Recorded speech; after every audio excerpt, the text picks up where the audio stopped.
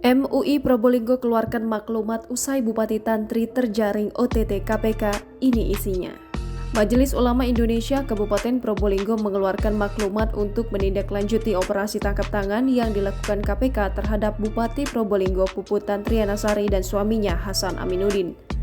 Dalam surat maklumat yang diterima Kompas.com, Ketua Umum MUI setempat Kiai Haji Munir Kholili mengimbau masyarakat menjaga daerah agar tetap kondusif.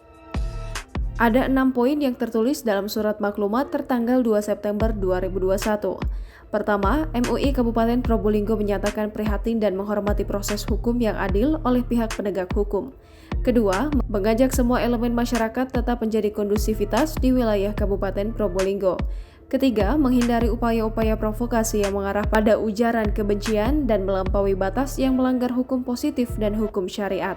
Keempat, penyelenggara negara agar tetap melayani masyarakat sesuai dengan ketentuan undang-undang di bawah kepemimpinan PLT Bupati. Kelima, kepada aparat keamanan TNI dan Polri agar dapat mengantisipasi dan mencegah kemungkinan gangguan stabilitas di wilayah Kabupaten Probolinggo. Jangan lupa subscribe, share, komen, dan like ya!